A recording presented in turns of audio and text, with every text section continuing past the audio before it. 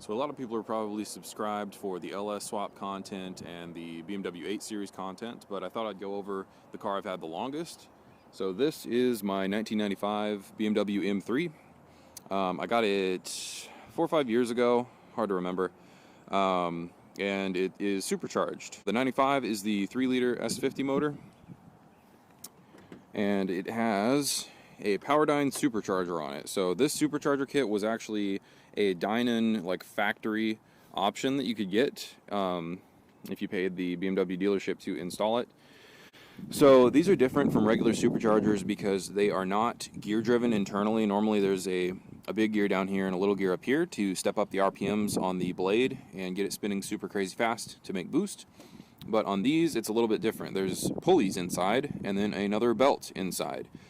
So they're almost silent. You almost really can't hear that the car has a supercharger. Unlike most pro-charged cars, you can hear those straight cut gears in there whining away whenever, even when the car's at idle.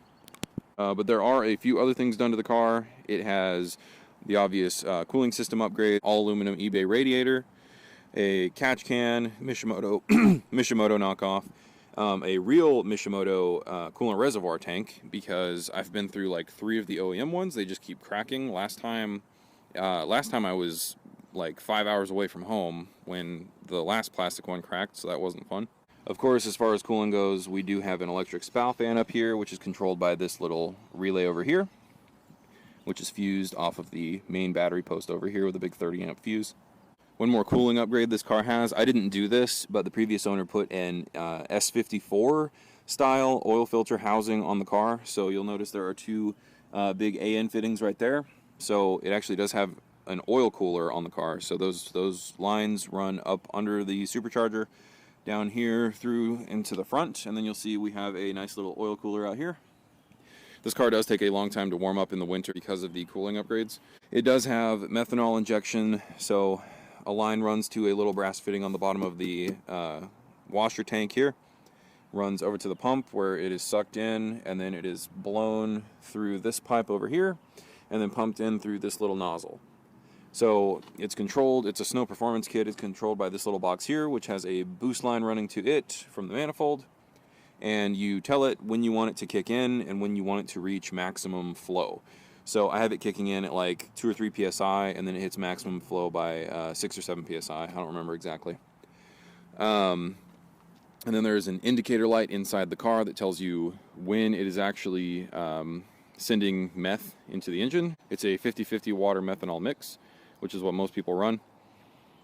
Other than that, it's got the Z3 steering rack. That's what this little filter up here is for. When I did this new steering rack, I went ahead and just put all new power steering lines and reservoir on the car.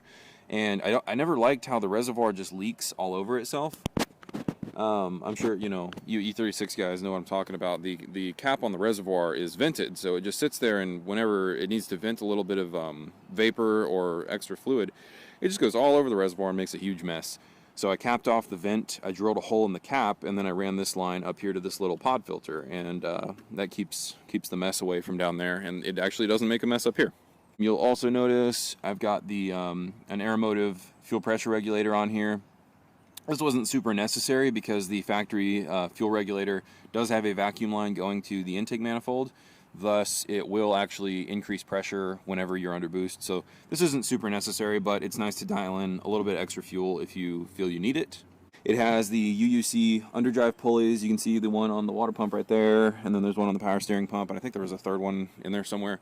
That's all stuff that the previous owner did. I think that's about it for powertrain. Still running just the stock M3 differential. As far as suspension, we have just these cheap eBay wheels that I got from a buddy of mine. Don't have any upgraded sway bars or anything like that, but I do have lowering springs and just new factory shocks on the thing, so it handles okay. So as far as exhaust on this car, it's a UUC catback, which is connected to a active auto work mid pipe with a resonator, which is connected to S52 exhaust manifolds. This car did originally just have the regular cast iron OBD1 exhaust manifolds. I swapped those out for headers. I didn't really like how the headers sounded, so I just put OBD2 manifolds on because they're stainless, so they don't rust nearly as badly as those gross cast ones, and they're easier to get on and off because they're a little bit smaller and lighter. Let's go ahead and move inside for a sec, show you what's going on in here. Car does have Vaders. The driver's seat is pretty old and torn up, hasn't been taken care of very well. It was splitting when I got the car, and I just haven't recovered it yet. It really needs to be done. But, you know, seats don't make you go faster, so I haven't messed with that yet. The rest of the interior is in pretty good shape. I do have my dash off right now because I put a new wideband sensor on the car, and to do so you need to calibrate it, and you have to get under here and watch a little box blink a few times to make sure that it's calibrating correctly. So we have a click tuning short shifter. You can get these on eBay fairly cheap. It's a nice tight shifter. It is body mounted, so this is actually mounted to the sheet metal of the transmission tunnel, and it eliminates the carrier that most Beamers have in their shifter system. So you literally just have this stick and then the rod that runs to the transmission. So super simple, and I like it. It works pretty well. It's also threaded on the bottom underneath the car, so you can adjust how long your throw is. I have it kind of just set to a mildly long throw, so it's not super tight and clicky. It's not like those super expensive like race shifters that a lot of people put in their cars, but it's okay. As far as the transmission, we do have this car does have a lightweight flywheel and a stage 2 sprung clutch. It's not very noisy. If you get an unsprung hub clutch, you are going to get a lot of noise with it in these cars, or in any car really. And at the same time I was doing the lightweight flywheel and everything, I did do new shifter, shift detents in the transmission. So it shifts a little bit smoother now, especially for a car with 200,000 miles. It shifts pretty okay. Over here we've got a fire extinguisher just in case. I made a custom little bracket out of steel and painted it with aluminum paint and mounted it to the actual seat frame down here. Got a normal little phone mount. It does have a Blaupunkt with auxiliary input. As far as gauges go, I've got a Innovate wideband and a Bosch boost gauge, just a regular mechanical boost gauge. These are super cheap and it works well. It's nice and accurate as far as I know. They're mounted to this Rally Road billet gauge mount. I normally wouldn't spend so much money on something that just holds gauges, but I really love where this thing puts the gauges, and you can still see all the factory information, so it's really nice. Down here, we've got our meth spray indicator. So this light is just hooked up to basically the power going to the meth pump. So whenever it is spraying, it tells you how much it's spraying. So the light will get brighter and brighter the more voltage that is going to the pump. These are some old VDO gauges. The previous owner put these in. I don't know if they're knockoffs or what, but they don't work super well. When they are working, they do read accurately. So we've got oil pressure, oil temperature, and voltage. These two are very inconsistent. Sometimes they'll just be bottomed out, and then if you give them a little whack, they turn back on. And I've double checked all the wiring. The wiring is all super solid, but the gauges themselves have some kind of internal problem, so I might take them apart at some point and try to repair that. That's basically it. This car was my daily driver for a really long time.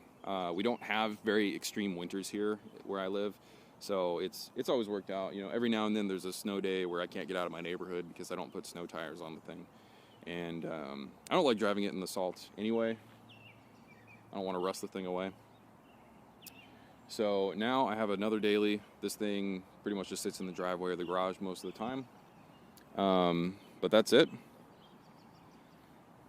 If you're curious, the car did dyno at 310 horsepower at the wheels this previous summer on a fairly hot day. It was like a low 90s, high 80s day, so not too bad. That was with the meth injection and everything else.